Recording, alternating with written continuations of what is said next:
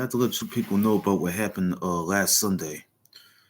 Um, remember Suzanne Summers, Suzanne Marie Summers, whose real name is Suzanne Mahoney,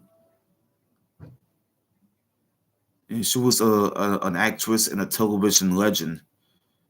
She passed away previous Sunday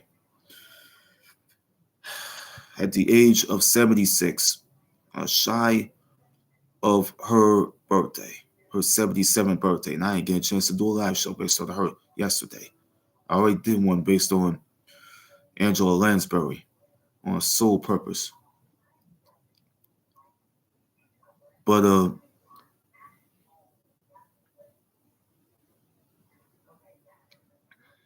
she died of breast cancer. I feel it's in she passed away in Palm Beach, California. Not Palm Beach, Palm Springs, California.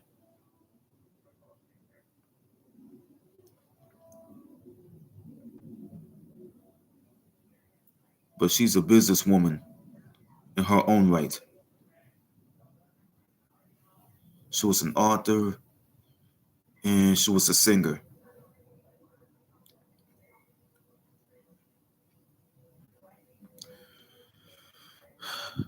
All condolences goes out to her family,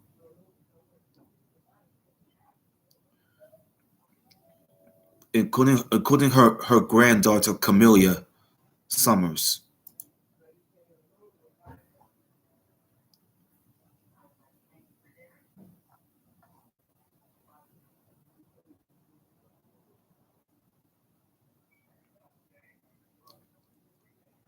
including her granddaughter Camellia Summers, her son Bruce Summers,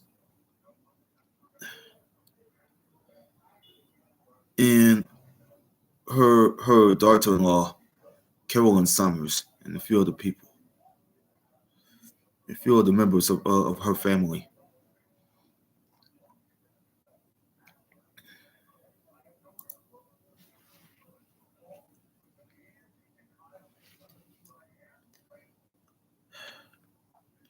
Now we're going to go to the early life of Suzanne Marie Summers. But this is the death of an actress and a television legend. And this is her story. Suzanne Marie Mahoney was born in San Bruno, California on October 16th, 1946, as her third of four children in a working class Irish American Catholic family. Her mother, Marion Elizabeth, was a medical secretary, and her father, Francis Mahoney. Her father, Francis Mahoney, was a laborer and a gardener. Her father ended up turning to alcohol,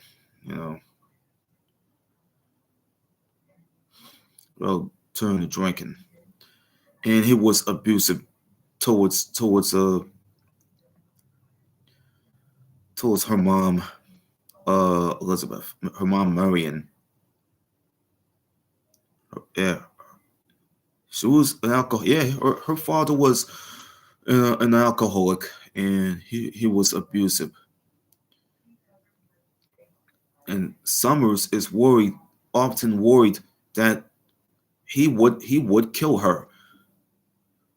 The only way for her to escape that abusive father, who has been turned into alcohol, and he had a drinking problem.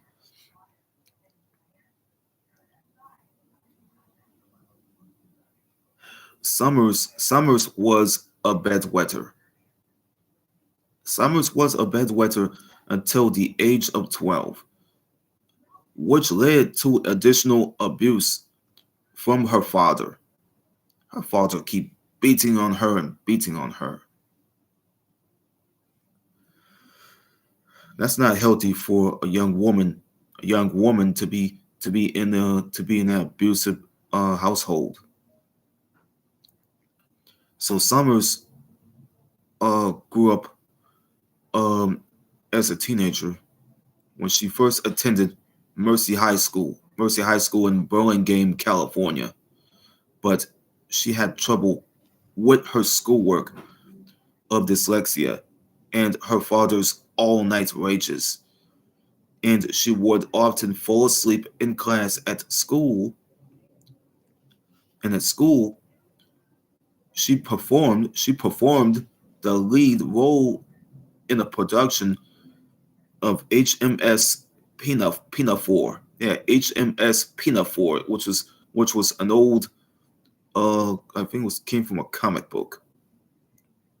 I think that came from a comic book that came from the likes of Arthur Sullivan. I think Arthur Sullivan did the music. You know, then W.S. Gilbert did the libretto and all that.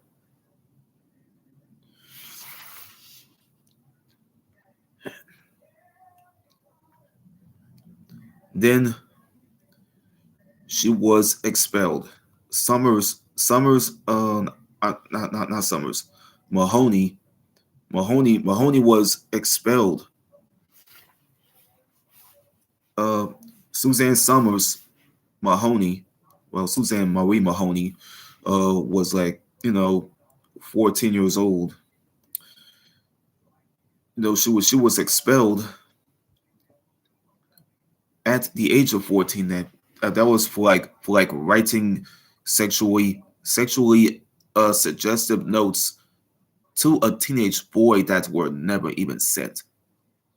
Then she got sent home. She got sent home and fucking yeah, she got sent home and you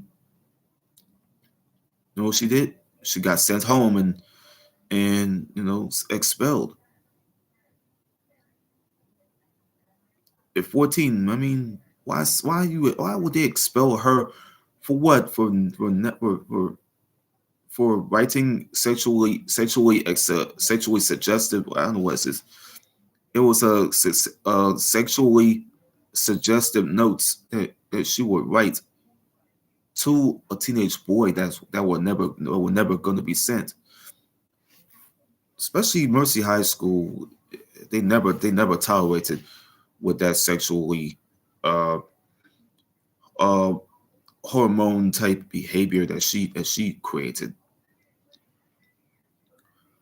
Even when she was like 17, her father her father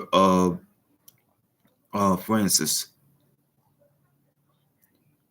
her father Francis uh her father Francis Mahoney ripped off her prom dress and told her that she was quote unquote nothing, and she responded by hitting him in the head with a tennis racket. So she had to beat him down.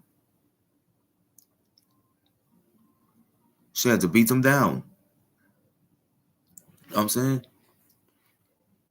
She was almost about to kill his ass too, but she fought back with that no means no approach by all the periodical defenses when she was like in her late teens. Francis would rip off Francis would rip off um young Suzanne's prom dress, and he told her that she was nothing. And then she responded by hitting him in the goddamn head with a motherfucking tennis racket.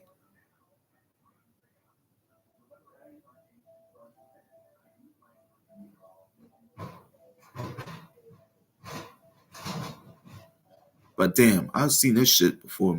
I never seen shit like that before. I had to read some shitty literature. I had to read this for no reason, but I had to. I missed out on this thing anyway. But we're going there to the other things here. In 1964, in 1964, when Summers, who had to be graduating from Cappuccino High School, it's the same high school that she had attended. That she is it's a Cappuccino High School that she have attended, in where she was born and grew up. Where she was born and grew up. Uh, it was in San Bruno, California.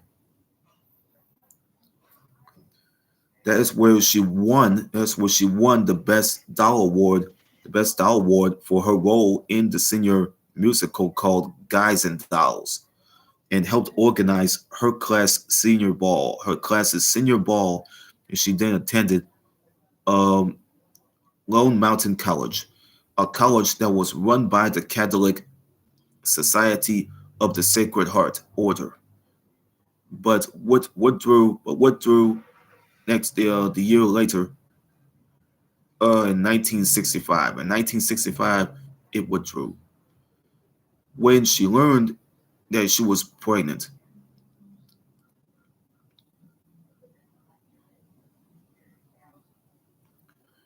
She married her child's father. That had to be Bruce Summers Sr.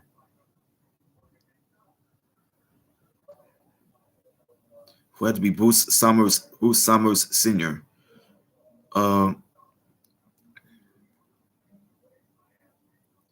Days later, at the age of 19, her situation. Let me tell you about her situation. Her situation led to the low self-esteem. She was arrested for check fraud, and her car was impounded. But her career started in the 60s and the 70s. You know, Summers began acting in a small roles during the late 1960s. That's 1967, and early 1970s. That's 1971. She appeared on various talk shows promoting her book of poetry, and a bit parts in movies, such as the blonde and white Thunderbird in American Graffiti. American Graffiti, and it led to appearances on the Tonight Show with Johnny Carson. She appeared in an episode. She appeared in an episode of the American version of the sitcom Lots of Luck. Lots of Luck, which was a 1973 television situation comedy show, where she was working with the likes of Dom DeLuise, and who played as the Stanley Belmont character, who lives with a mother who was being so fucking bossy. His yeah, Stanley lives with mom who's being so motherfucking bossy to him and shit. His sister Olive and her unemployed husband Arthur. Well, Jack Knight starred as Stanley's best friend, I think. That was Lots of Luck. It was a TV show. It was a TV show. It was based um on this a British sitcom. It's called On the Buses. It's called On the Buses, as a femme fatale in the early 1970s. In the early 1970s, she also appeared in the Rockford Files. In 1974, she had an uncredited role as Poor Girl in Magnum Force. It was this movie called Magnum Force with Clint Eastwood. With Clint Eastwood in 1973. She had also She also had a guest starring role in a series called The $6 Million Man,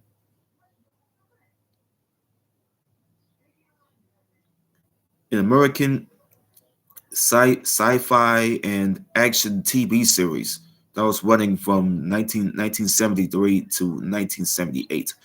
In the 1977 episode, it's called the Cheshire Project. She played a passenger. She played a passenger on the first episode of the 1970s TV series Love Boat. The Love Boat. The 1977 TV series Love Boat. That was ran from 1977 all the way to 1985 or 1986. Yeah, that's what it ran from 1977 to 1986. And she made a guest appearance, in the 1976 episode of a TV show called One Day at a Time that was ran from 1975 to 1984. But in the late 70s, 1977, She was a celebrity panelist on Match Game. An old game show is called Match Game that was been around since the 1960s, and appeared with Alan Hamill, who had to be her previous husband, on Tattletales. That was just another game show that was produced in from 1974 to 1984 by Goodson Todman. It's by Goodson Todman Productions. It was produced by that production company. So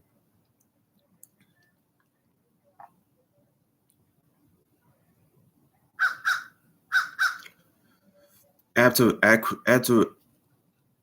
the two actresses who goes by the name of Suzanne Zenner,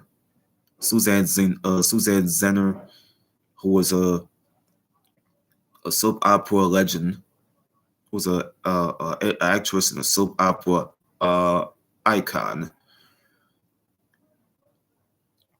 and Susan Lanier. Let me tell you about Susan Lanier. Susan Lanier, who was another icon. They both did not impress the producers during the that's what happened. These two actresses, Zenor and Lanier, Suzanne Zenor and Susan Lanier. These two did not even impress the producers one bit, not even one damn bit. They did not even impress these guys, these producers for that soap opera. So during the first two pilot episodes of the ABC sitcom, it's an ABC sitcom. It's called Three's Company. It was Three's Company. Let's start with three. Three's Company. It was a legendary television sitcom that's been around from the 70s to the 80s. It's based on man. It's based on Man About the House. It was a British. It's based on a TV British sitcom. It's called Man About the House. Summers was so suggested by ABC president Fred Silberman. Fred Silberman is who had to be the president of ABC. Uh, he had who had seen her in her initial appearance on the Tonight Show with Johnny Carson. Silberman hired her. Silberman hired her to I don't know what Silberman did. Silberman wanted to hire Summers The day before the taping of the third and final pilot that was commencing, it commenced. Summers portrayed as a fictional character, Chrissy Snow. Chrissy Snow.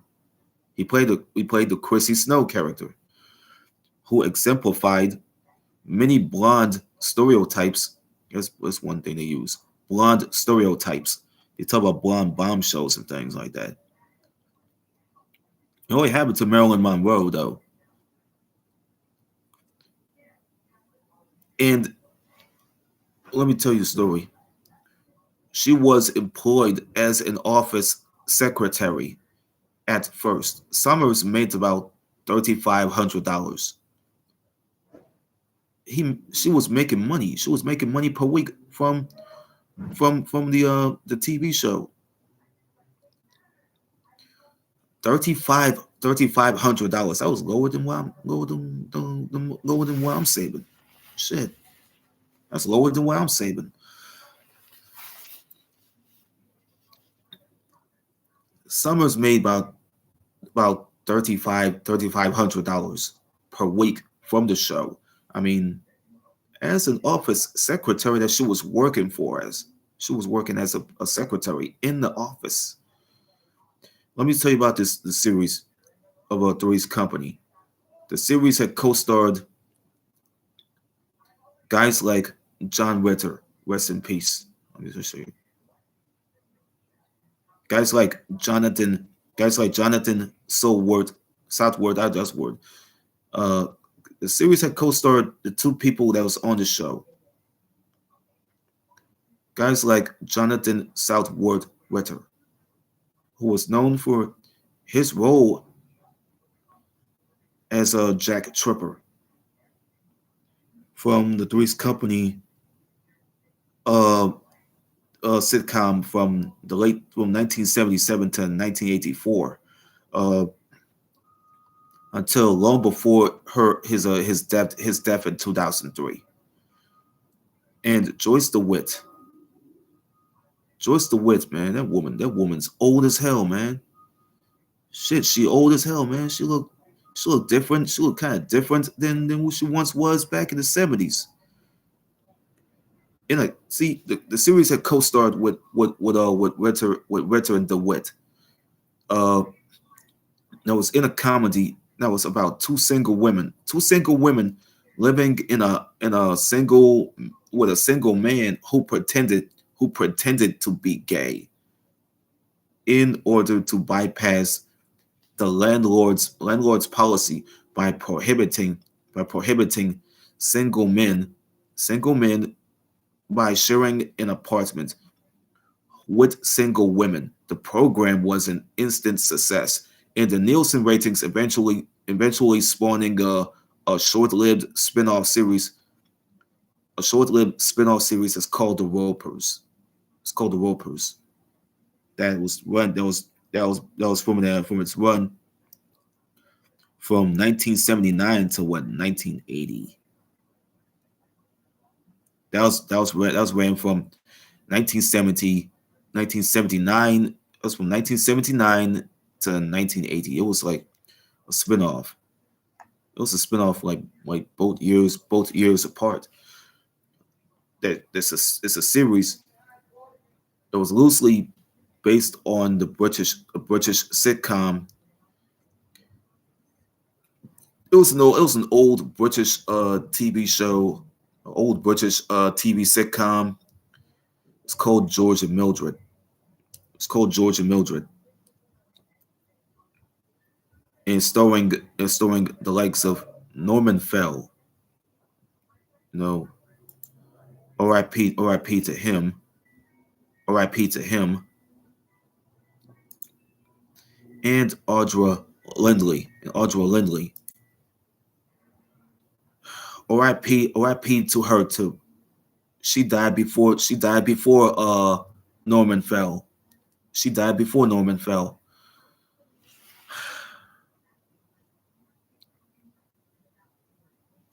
I'll focus on the on her death anyway. On her death from I'll focus on her death from um from yesterday anyway. But I don't know if I can do that shit.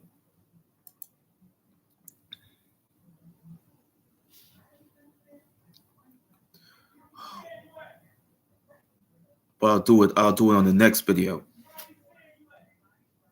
I'll do it on the next video. When Three's Company began its fifth season, its fifth and final season in late 1980, Summers demanded a salary from the network, increasing from like $30,000 to $150,000 per episode to match the compensation paid to Ritter, as well as 10%, 10% of profits. The show's profits. Summers's request was influenced by her husband Hamill. It was influenced by Hamill.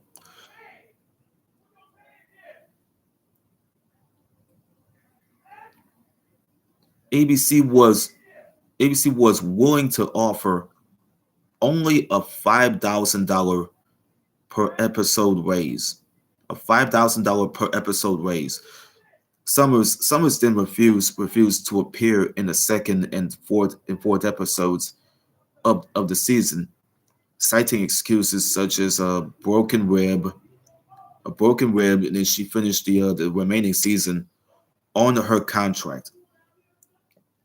However, her role was decreased to adjust 60 seconds 60 seconds per episode, with her character appearing on the episode's closing tag, in which Chrissy calls the trio's apartment from her parents' home. From her parents' home. Then after ABC fired her from the program and terminated her contract. Summers later sued the network for $2 million,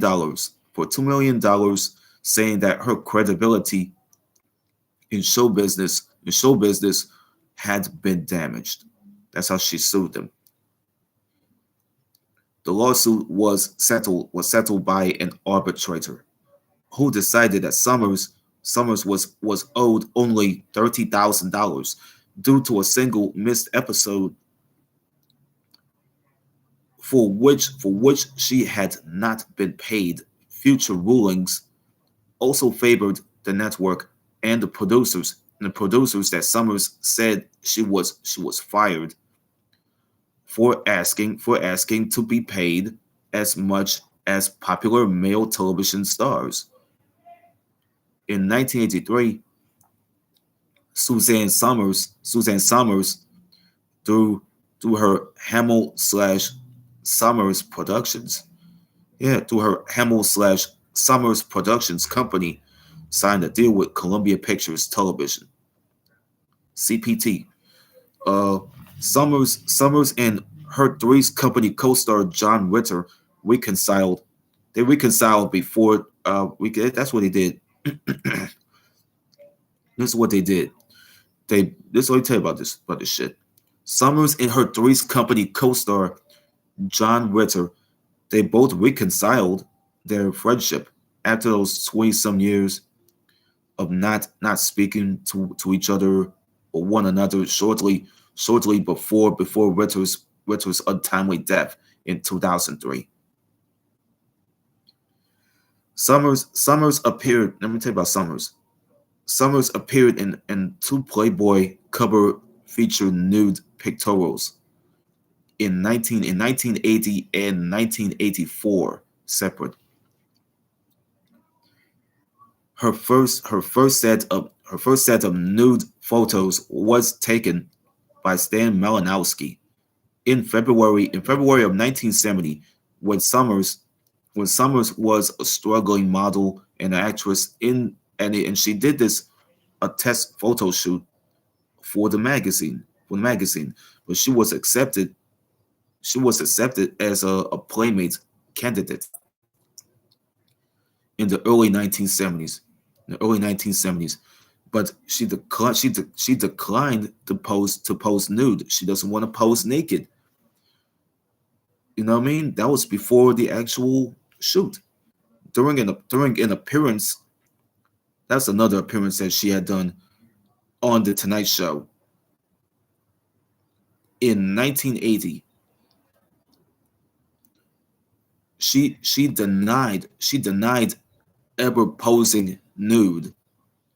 She denied ever posing nude for Playboy, except except for a high society topless photo. That's a high society cover. They already had Bo Derek, I think. They had Bo Derek on the cover of High Society. Uh, and they have a picture. They have a picture of the girl uh from the TV show Maud, the 1970s TV show Maud, who had to be Adrienne Barbeau. She played as she played as Maud's daughter. They wanted her to pose naked for high society as well back in the day. If it was back in the 1970s,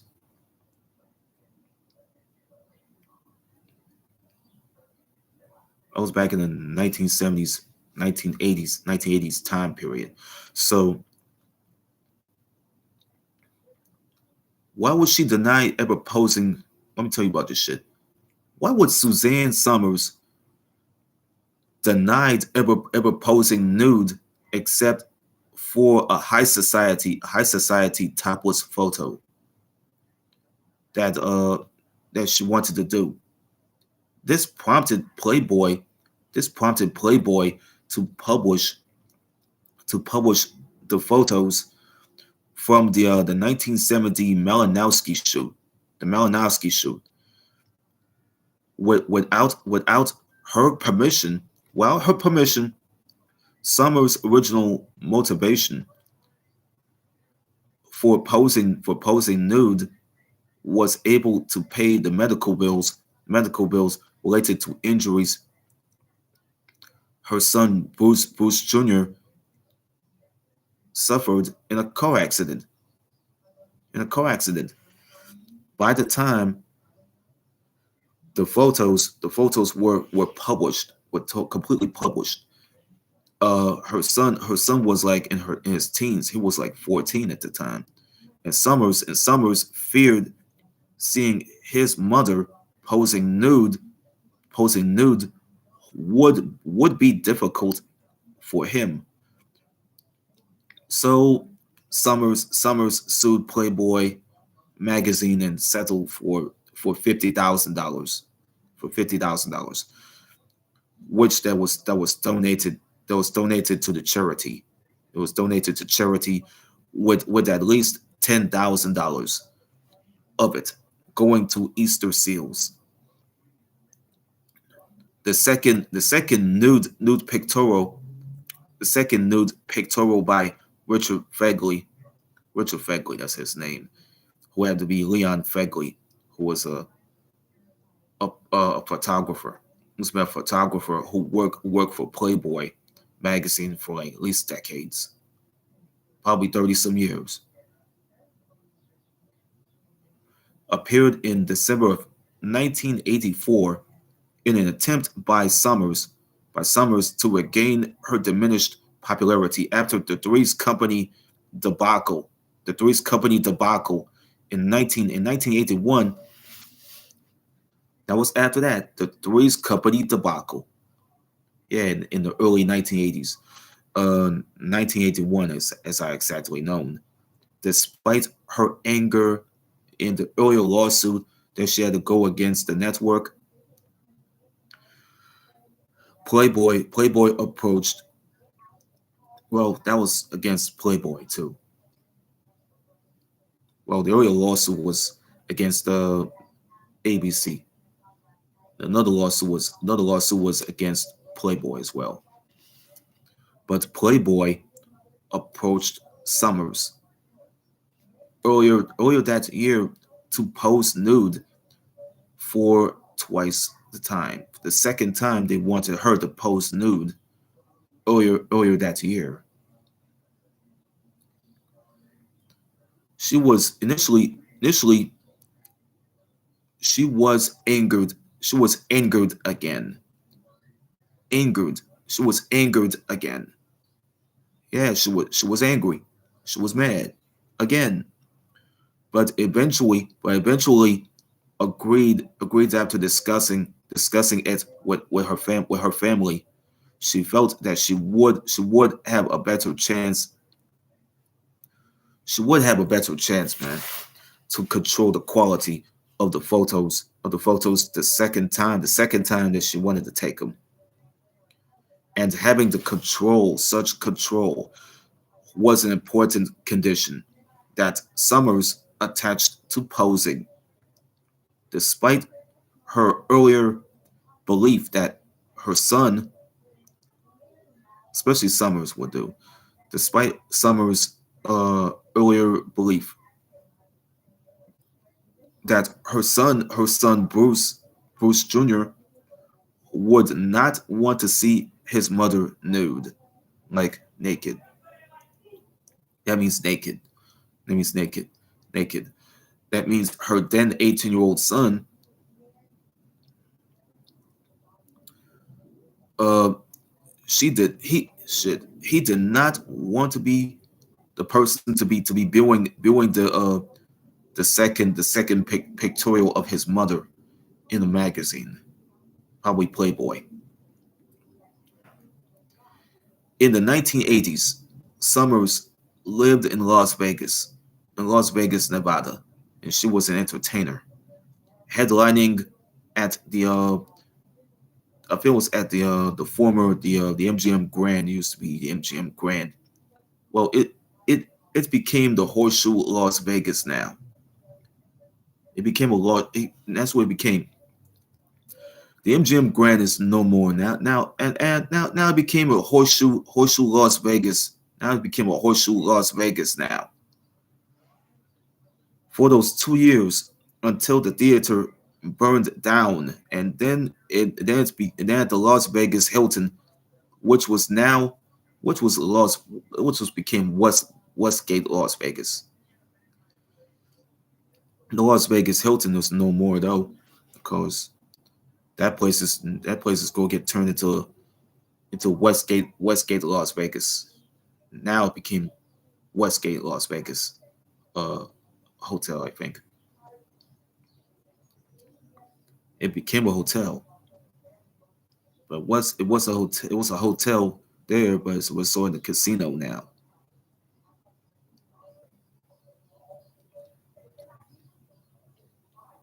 The other the other place the other place there is the Horseshoe Las Vegas. It's now became uh, a casino hotel.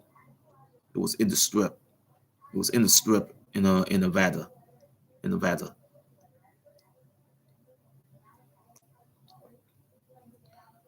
That was for no, I'll tell you what happened. Let me tell you about what happened in the 80s when Summers lived in Vegas as an entertainer. And she was an entertainer and headlining at the which was now became the Horseshoe Las Vegas hotel casino, which was used to be the MGM Grand, that was later 2 years burned down.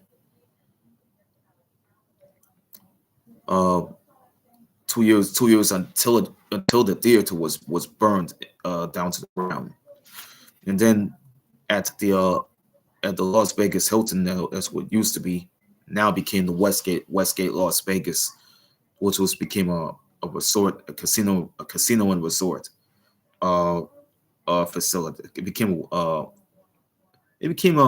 casino and resort. It became a casino and resort.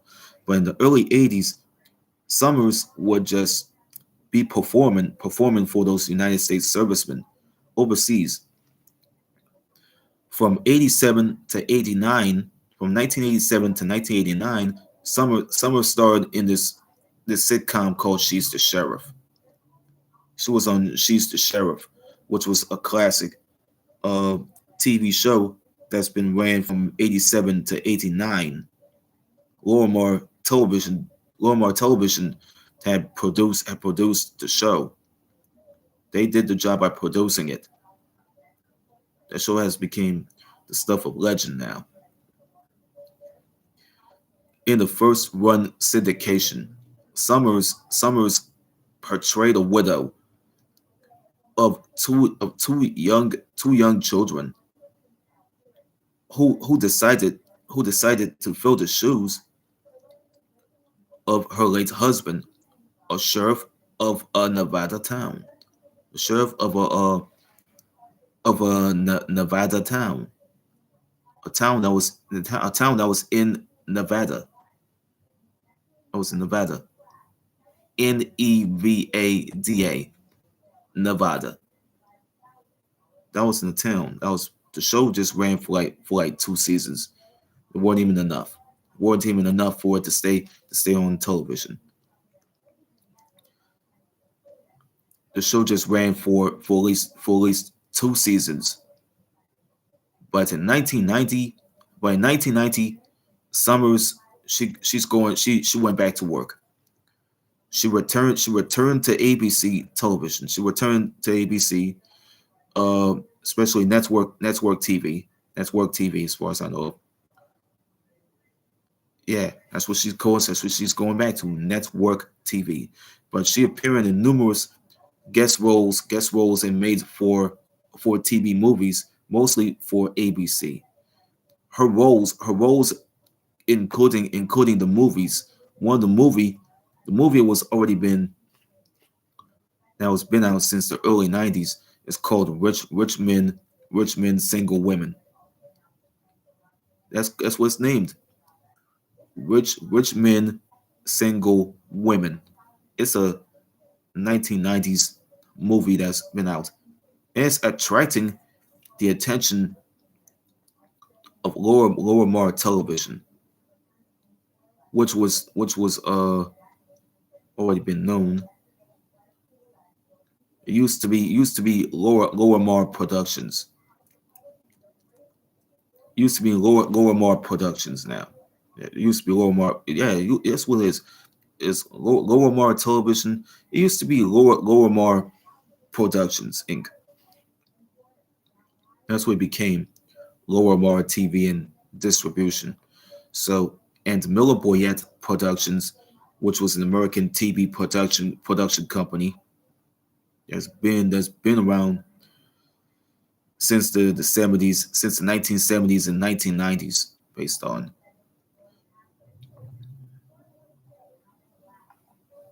So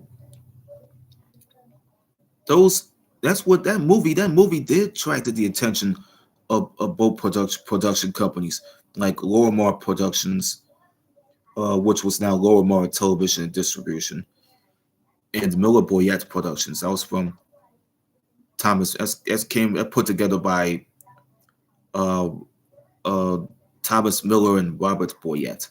Let me go to Miller Boyette.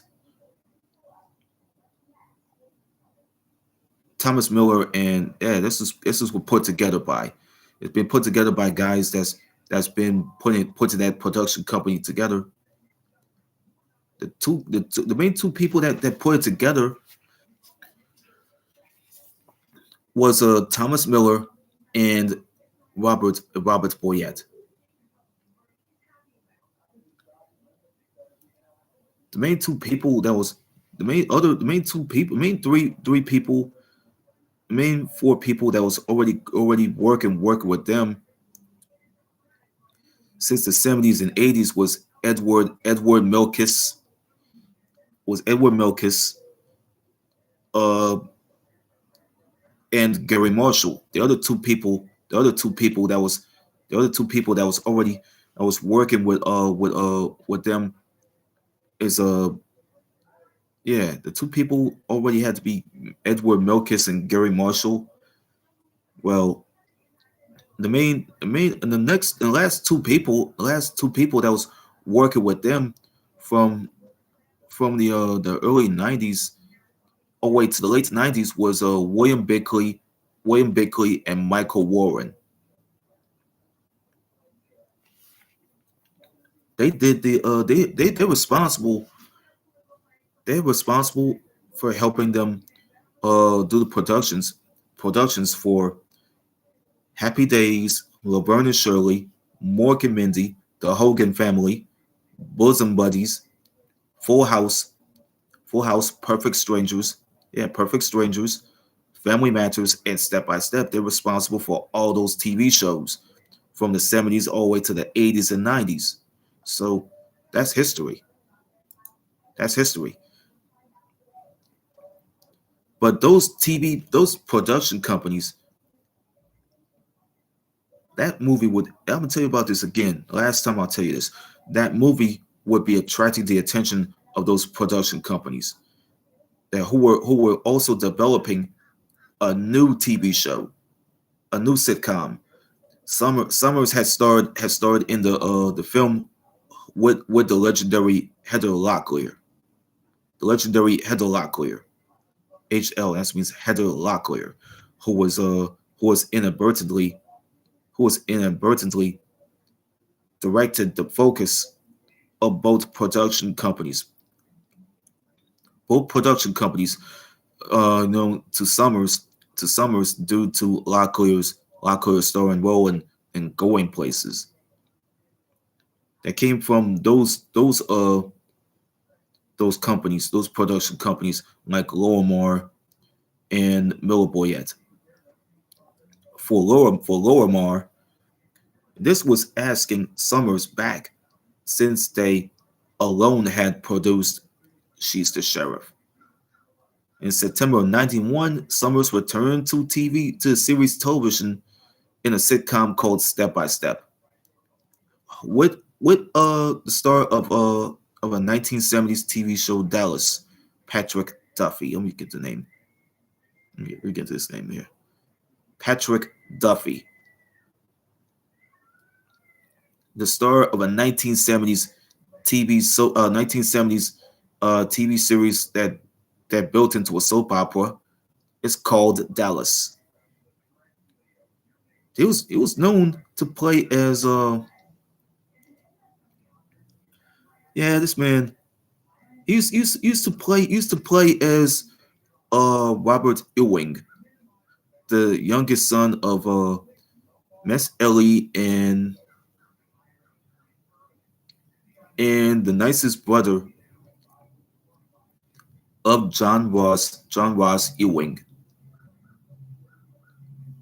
They did this whole shit until from all the way to like '86 with the Dallas show.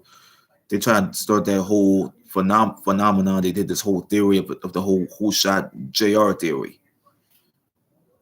in '86. They tried to start that off until the 2010s. They tried to do that same theory just like they did in '86 until Hagman passed away.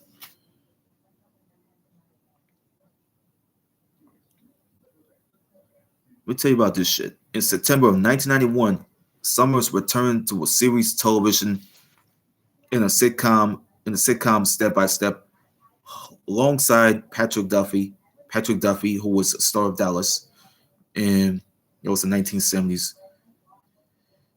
TV series that led to a soap opera that which became a success, on ABC's youth oriented TGIF lineup. That was reformed since the '90s. In the early 1990s, Summers was the spokeswoman in a series of infomercials for the Thigh Master, a piece of not sexual equipment, a piece of exercise equipment, which is squeezed between one's thighs above the knees.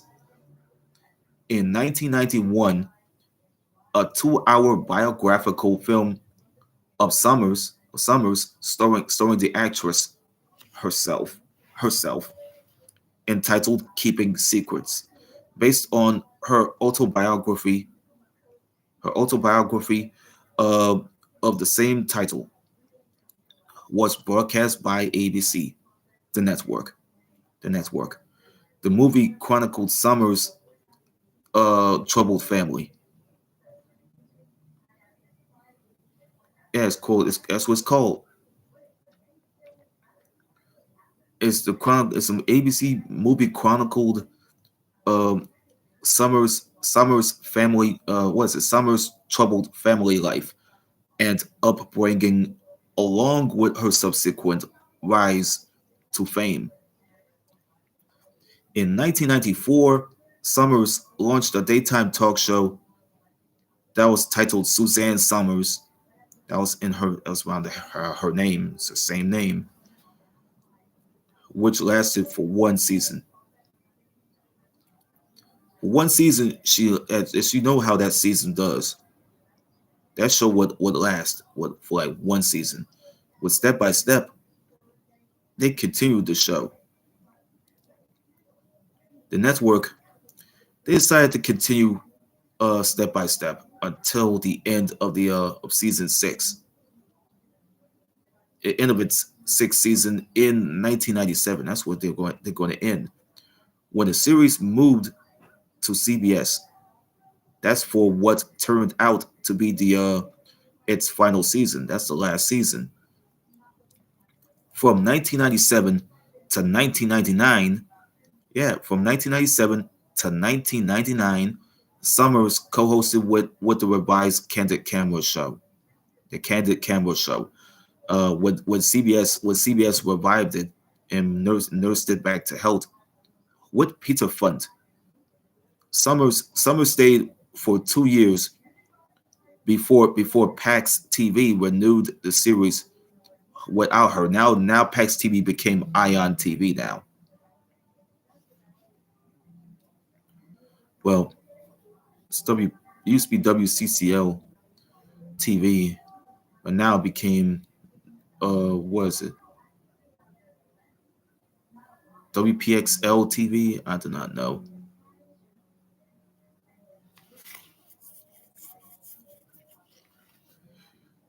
Summers stayed for 2 years, and before PAX TV renewed the series without her knowledge. In the 2000s, Summers appeared in the home on the Home Shopping Network for more than 25 hours per month, selling household items, clothing, and jewelry that she had designed by hand. In the summer of 2005, Summers she made her Broadway theater debut in a one-woman show called The Blonde and the Thunderbird. The Blonde and the Thunderbird, a collection of stories that was about her life and her career. The show was supposed to be run until September, but it was canceled in than a week. Less than a week after poor reviews and disappointing ticket sales. She blamed the harsh reviews. The NYT, New York Times, referring to it as a drab and embarrassing display of emotional exhibitionism. Emotional exhibitionism, masquerading as entertainment. She compared her treatment by critics with the treatment of soldiers in the Iraqi war. In the Iraqi war, yeah, the war in Iraq. I did not know that. That's the treatment there. I don't know what they're going with this one. Prompting even more criticism. That's prompting even more criticism than you expected to be. But in 2012, Summers began an online talk show. It was on the internet. It's called Suzanne. It's called Suzanne Summers. called Suzanne Summers Breaking Through at Cafe Mom. It was a website. Three of the episodes featured a reunion and reconciliation with a former Three's Company co-star Joyce DeWitt. The two had not seen nor even spoken to each other in 31 years. In 31 years, they have not even seen nor spoken to each other in decades.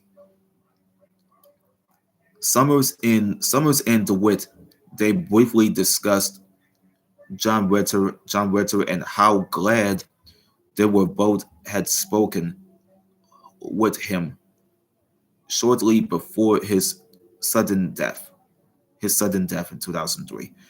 In the fall of 2012, Suzanne Summers had hosted a show that's based on her, The Suzanne Show. It was aired for a 13 episode season on the Lifetime Network. It was a basic cable channel uh, network station. A basic cable channel network station.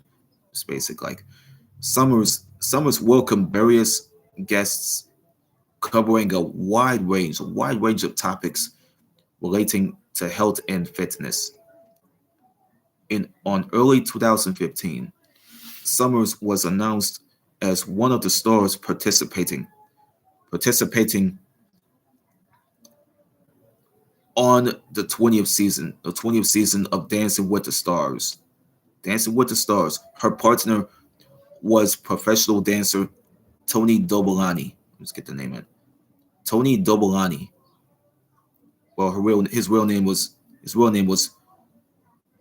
Dritan Dobolani. That's spelled right. Dritan Dritan Dobolani. That's commonly known. But Summers and Dobolani Summers and Dobolani were both eliminated in the fifth week of competition. A competition that finished in the ninth place. In the ninth place there, in May and June of 2015, Summers starred in Suzanne Sizzles at the Westgate, Las Vegas, which used to be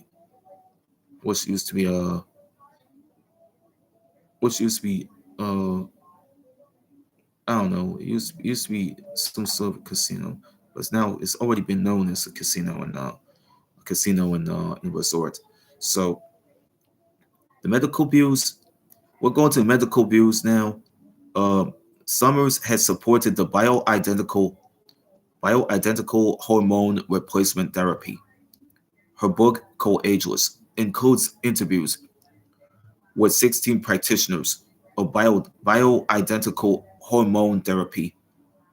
Bioidentical hormone therapy. It was focusing on the one specific approach, the Wiley protocol. The Wiley protocol, that was like a group of 7 doctors, of all of whom practiced the bioidentical hormone therapy to address the women's health issues. Issued a public letter to Summers and Crown Publishing Group. It was her publisher, stating that the protocol is scientifically unproven and dangerous, and citing Wiley's lack of the medical and clinical qualifications. Summers appeared on the Oprah Winfrey Show and was praised by Oprah Winfrey. And she was praised by Oprah Winfrey for her views, but the negative press coverage have followed, and she had followed it. That followed all the press coverage right there until the early 2000s. In the early 2000s, man, it goes back to over 22 years when Summers was diagnosed with breast cancer. She was diagnosed with breast cancer. I've been telling my uncle about this earlier before I had to go do this show. Right before I do this show, I had to go tell my uncle about this woman. But only he knows. He knows. In 2001, Summers was diagnosed with breast cancer. Breast cancer. She underwent a lumpectomy, and radiation, but She declining, you know, her hair being cut all the way off her head. Well, it's chemotherapy. She doesn't want to go through with the chemotherapy. She wants to keep her hair on her head. In late 2008, Summers announced that she had been diagnosed with inoperable cancer. Was I don't know what's an operation? It's an inoperable cancer. I think she was diagnosed with it. That was by six doctors. By six of those doctors, but she learned a week later that she was misdiagnosed. During this time, she interviewed doctors about cancer treatments, and those these interviews, man, became the basis of her 2009 book, Knockout, about alternative treatments, chemotherapy. In the book, Summers promoted alternative cancer treatments for which she was criticized by the ACS, American Cancer Society, in regard to the water fluoridation controversy. Summers called fluoride and toxic waste byproduct of the aluminum manufacturers. In January of 2013, that Summers had suggested that Adam Lanza may have been driven to commit the Sandy Hook elementary school shooting because of the level of toxins in his diet and his exposure to household cleaners. Yeah, he was exposed to household cleaning products. Okay, we're going in with a personal life. Summers married Bruce Summers. Yeah. Uh, Suzanne Summers, whose real name was Suzanne Mahoney, married Bruce Summers in 1965. Yes, in 1965, they had a son named Bruce Summers Jr., who was still alive. In November of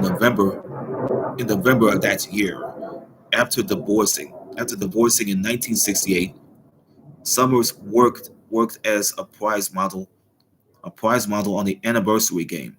The Anniversary Game, a game show that was hosted by Ellen Hamill, who was a Canadian entertainer. That's what she is. Remember to about Ellen Hamill. The guy is Canadian. He was an entertainer, producer, and a TV host. The TV host of this Anniversary Game show. Uh, Although he was already married. Oh, he was in Summers' life. He shit. Summers went out with him after Summers and her ex had divorced.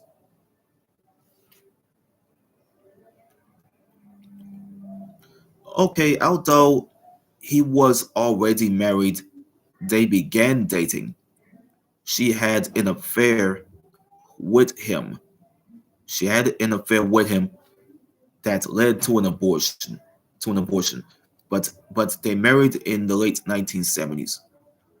They married in the late 1970s, 1977.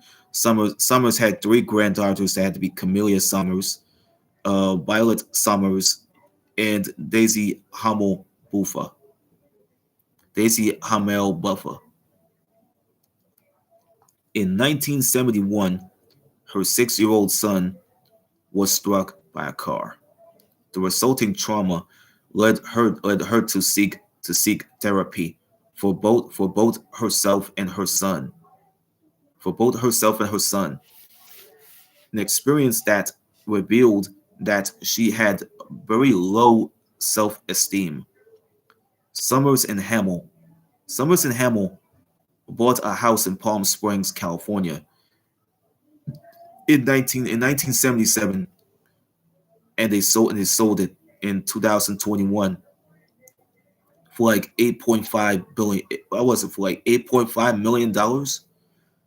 In January of 2007, a wildfire in the Southern California area was destroyed. It a house, yeah, a wildfire. Yeah, that's why I tell you this shit. Guess whose house that wildfire had destroyed? Suzanne Summers' house.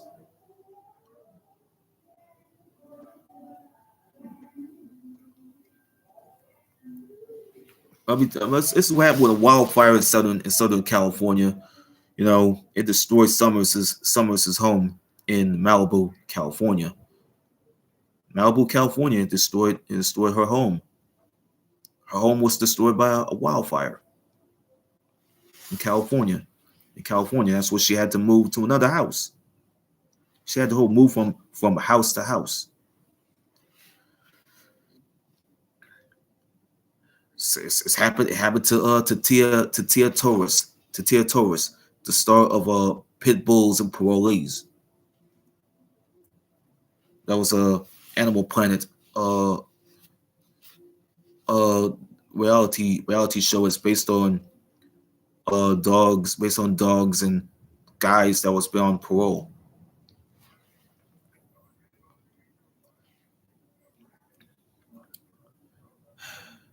The health and death. This is tragic now. Summers had hyperplasia in her 20s, but in her 30s she had skin cancer. In April of 2000, Summers was diagnosed with stage 2 breast cancer and underwent a lumpectomy to remove the cancer, followed by the radiation therapy. And by 2001, Summers was photographed leaving a plastic surgery clinic. She later admitted to having liposuction, liposuction on her upper back and hips. Yes, her upper back and hips.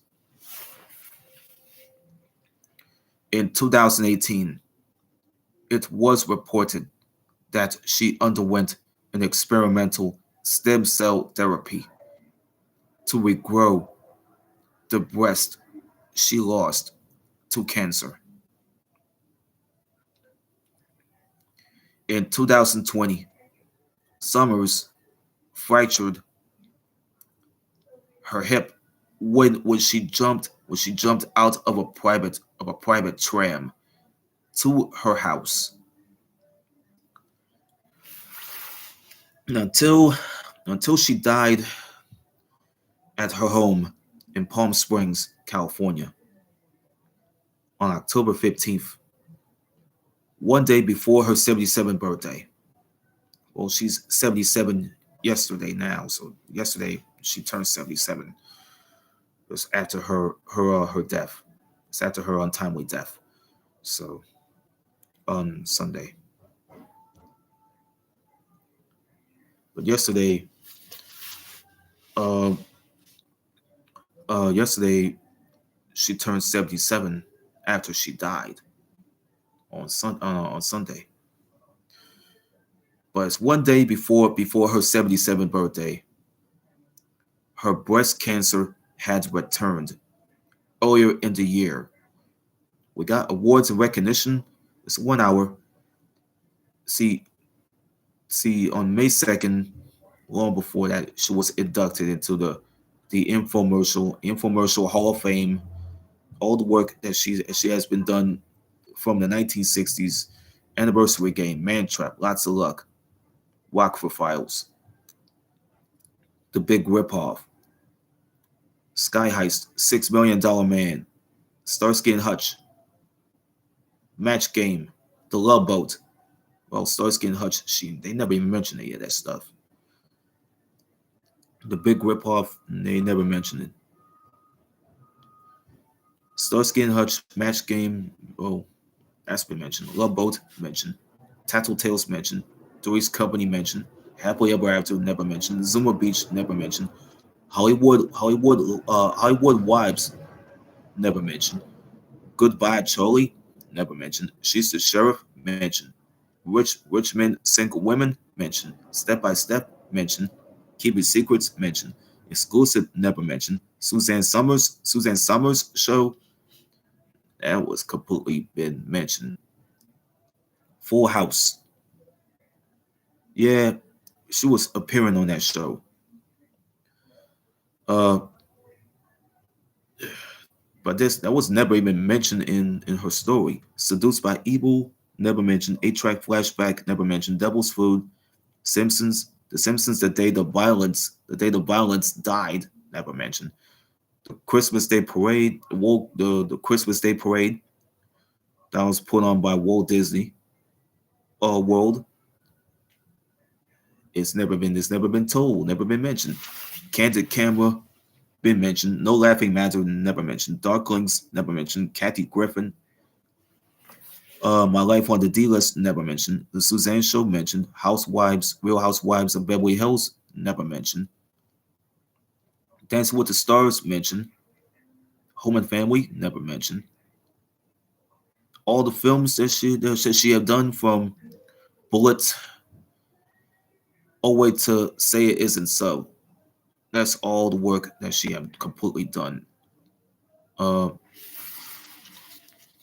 there's some stuff that was from the '60s to the 2000s. Bullet, Daddy's gone a hunting. Fools, American Graffiti, yeah, American Graffiti. Magnum Force, Billy Jack Goes to Washington. It happened at Lakewood. It happened. It had to. Let me read this. It happened at Lakewood Manor. Zuma Beach, Yesterday's Hero. Nothing personal. Totally Mini. Serial Mom. The Nutty Professor. Yeah, the Nutty Professor. She played as the Thigh Master. I used to watch that movie, man. She was on the movie. Eddie Murphy have already saw her on television when she played as Sherman Clump.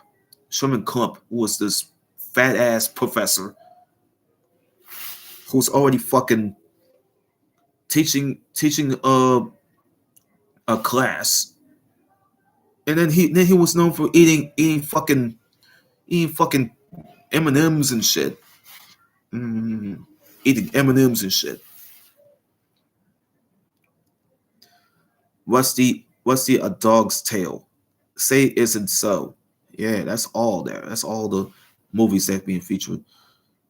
That's filmography. Then she ended up being in TV shows and game shows. So that's all it.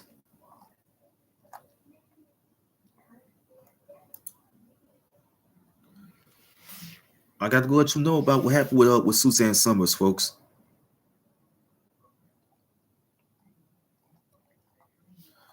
I gotta let you guys know about this on I gotta let you guys know about what happened with the Star Three's company.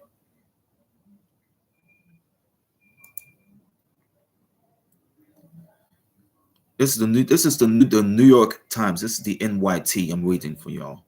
Don't fucking stop. Don't fucking start putting me in this shit. No, man. Can I just read this article, please? About this actress and TV icon, please. I meant TV legend. Okay, from previous Sunday at the New York Times, Suzanne Summers, star of Three's Company, is dead at 76. She became famous for playing, as she put it, one of the best dumb blondes that's ever been done. Then became a sex positive health and diet mogul. This is an old photo of Suzanne's. That's an old photo of Joyce DeWitt, who was alive. Uh, John Ritter, who was deceased since 2003, and Suzanne Summers, who's been deceased since Sunday. This picture was taken in the late 1970s.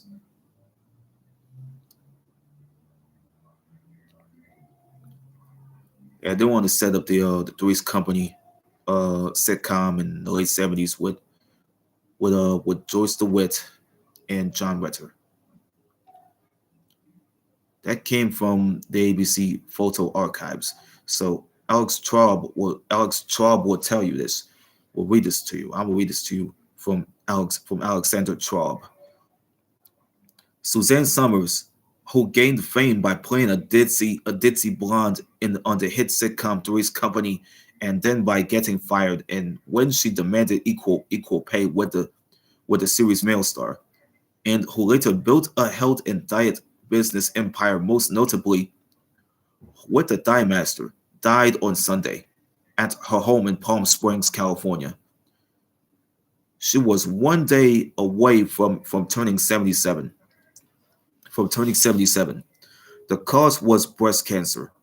Caroline Summers, her daughter-in-law, who had been the wife of her son Bruce Summers Jr. has said this.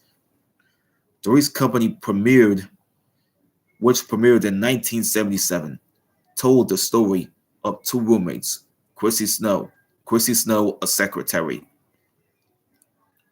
played by Miss Summers, and Janet Wood, a florist, played by Joyce DeWitt, who welcomed a man who joined them as a third roommate, Jack Tripper, a culinary student, played by John Ritter. Since their landlord would frown on an unmarried man living with two single women, the group pretended that Jack was gay. Hijinks ensued. The show featured slapstick comedy, light-hearted misunderstandings, and jokey one-liners.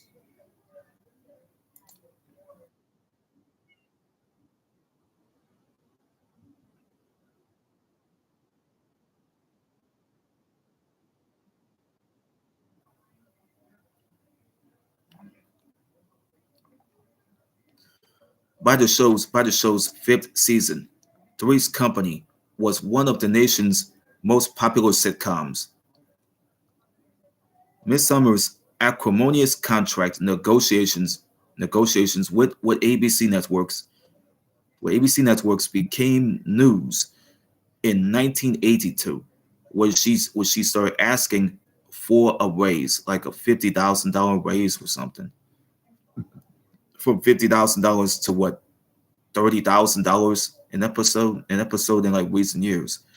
Miss Summers Miss Summers repeatedly said that she had sought $150,000 in line with Mr. Ritter's pay, the equivalent of about $490,000 to this day.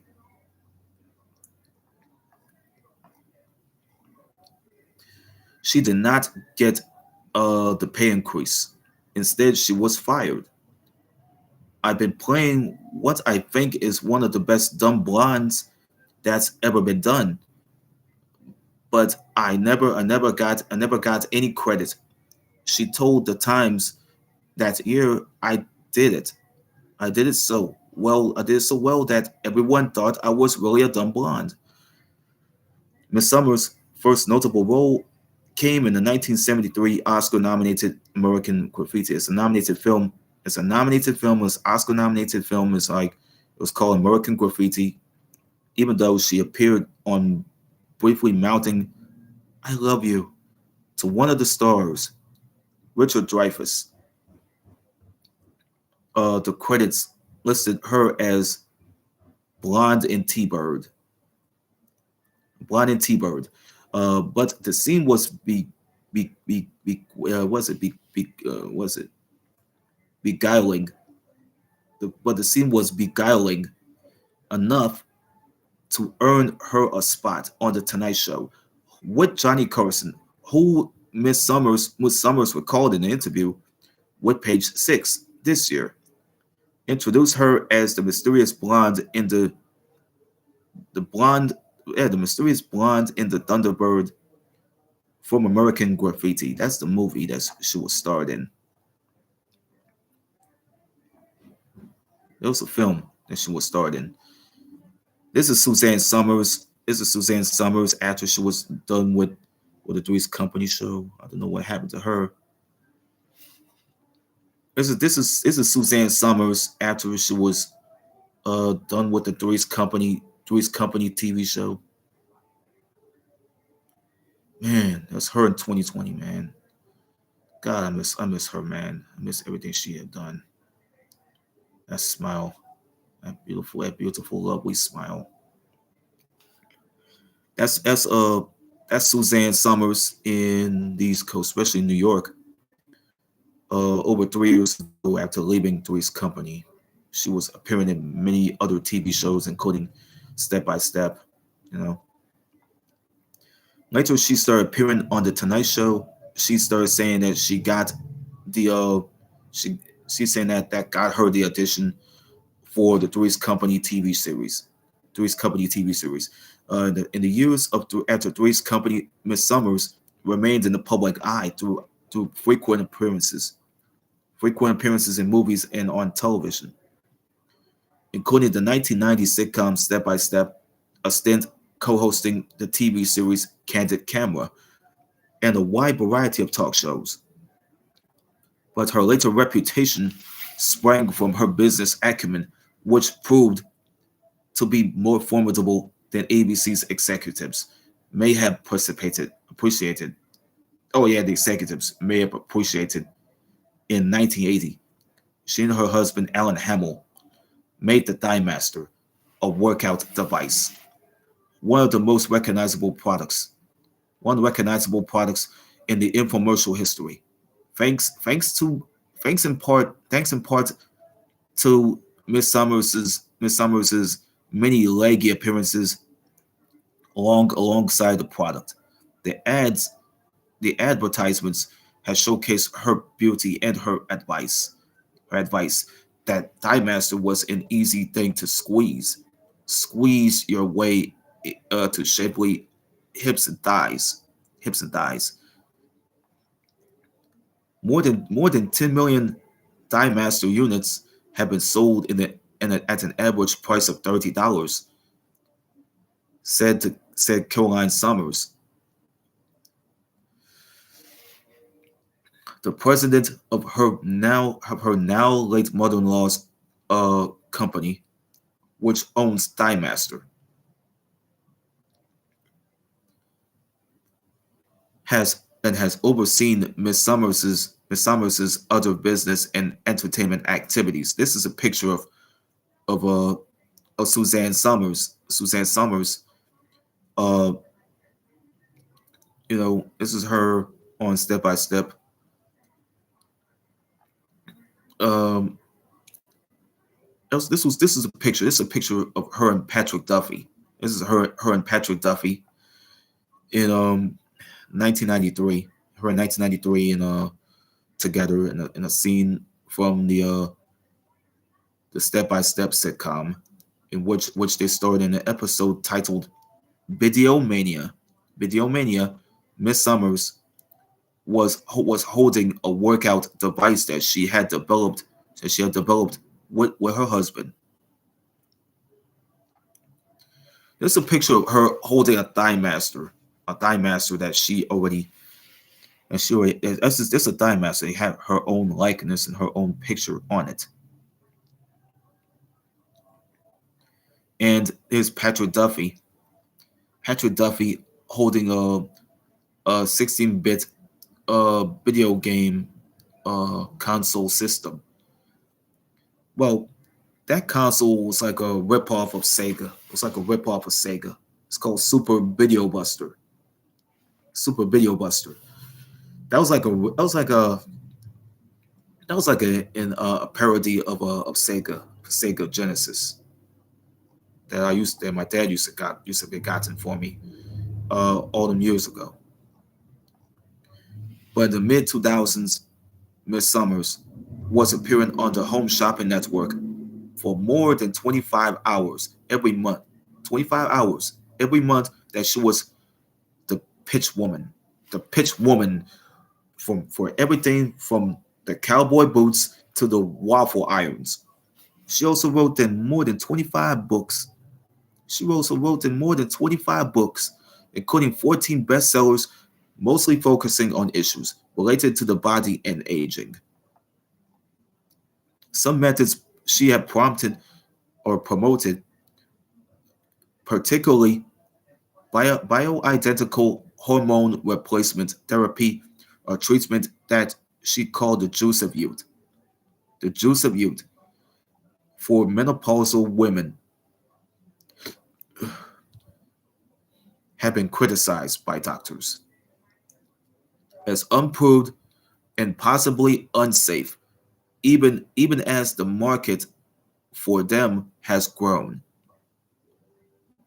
The foundation of her business efforts was the sex positivity that she had embodied since the legendary Three's Company TV series. A sexual person is a healthy person. She told the Times for a profile of her in 2020. This is Summers accepting a People's Choice Award in a ceremony in Los Angeles in '98 during the run of Three's Company. During her run at Three's Company as Chrissy Snow. This is stupid, man. I don't want to read this bullshit. Fuck. I gotta go read all this shit for another hour. Let's get this is all came from the Wikipedia thing that I just read to y'all earlier. Suzanne Marie Mahoney was born on October 4 what's it October 16th, 1946 in San Bruno, California, to Francis and Marion Mahoney. Her mother was a medical secretary. Her father had some success as an athlete in baseball and boxing, but not enough for a lasting career. He spent much of Suzanne's youth working at a brewery. At a brewery,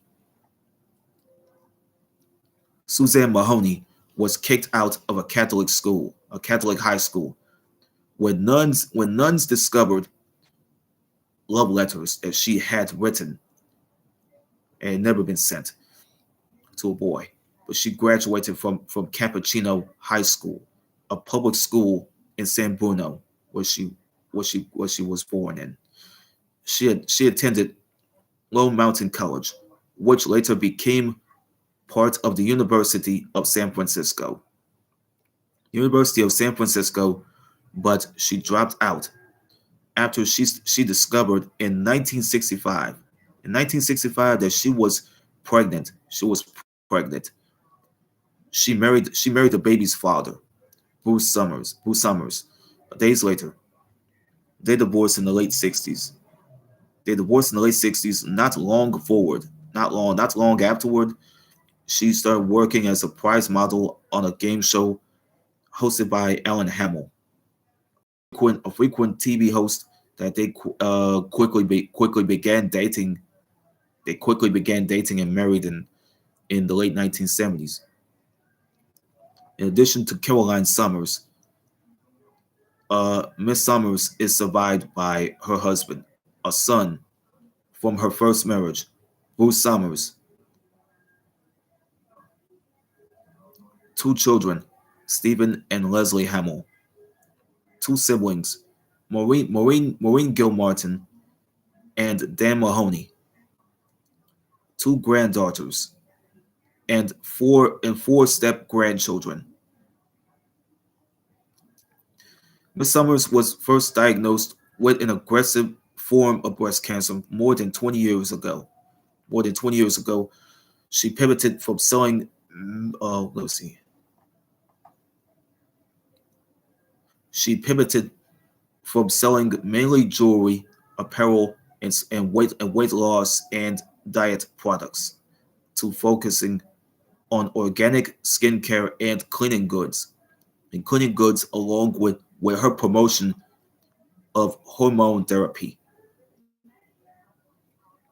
She managed to sustain an energetic calendar of live performances, an autobiographical an autobiographical show. Yeah, that's what it is. Let me read it right. An autobiographical show on Broadway, The Blonde in the Thunderbird, was critically panned and closed after only 15 performances in 2005, but she had not better kick. Uh, Let me say this here. She had better luck in Las Vegas, where she enjoyed many years of song and dance gigs featuring flamboyant costumes and no small amount of glitter. At the time, her Times profile in 2020, Miss Summers had recently fallen from a private tram at her 93-acre compound in Palm Springs, California, while partying with friends. Yet, a reporter reserved was it? Let me wait before the phrase. Yet, a reporter observed her at a spa in New York City, managing to walk with a vampy strut, even while using crutches.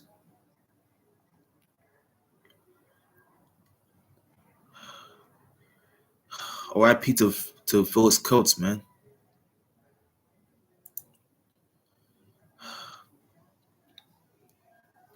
R.I.P. to Phyllis Coates, man. Oh, come on.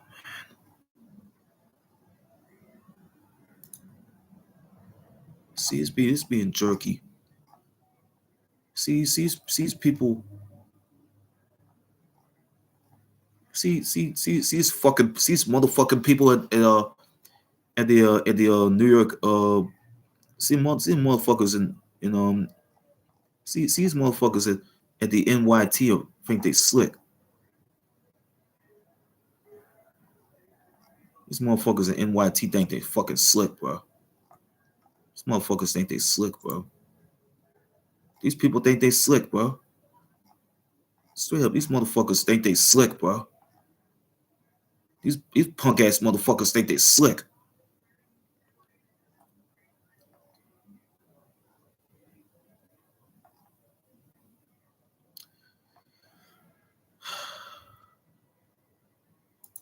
I'm gonna go to the next video. Uh,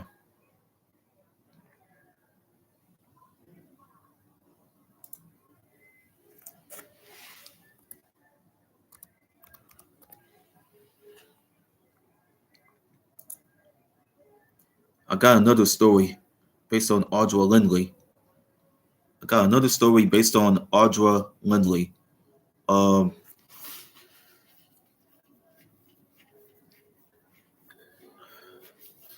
I gotta get to work on this shit.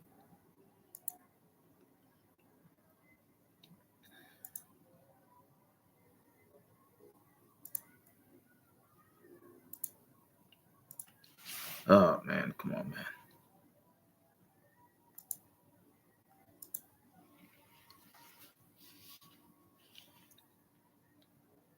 Okay, about to end this thing here. I got another live show that based on Audra Lindley, another co-star that she worked with. Now, let me tell you about Audra Lindley. Audra Lindley was a co-star that Suzanne Summers had later worked with on Three's Company. Um, I'm going to do a live show based on her. It's coming up next. Of course, I'm going to have to end this stream. Um, this live stream uh, is dedicated into memoriam of Suzanne Marie Summers Mahoney, born in October 16th, 1946, and died on Sunday, October 15th, 2023. See you for the I'm gonna be back in the studio for the story of Audra Lindley, Lindley,